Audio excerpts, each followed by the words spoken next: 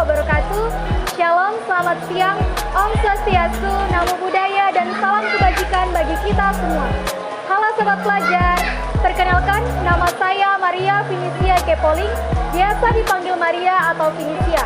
Saya berusia 16 tahun, delegasi SMK Penerbangan Tekno Terapan Makassar.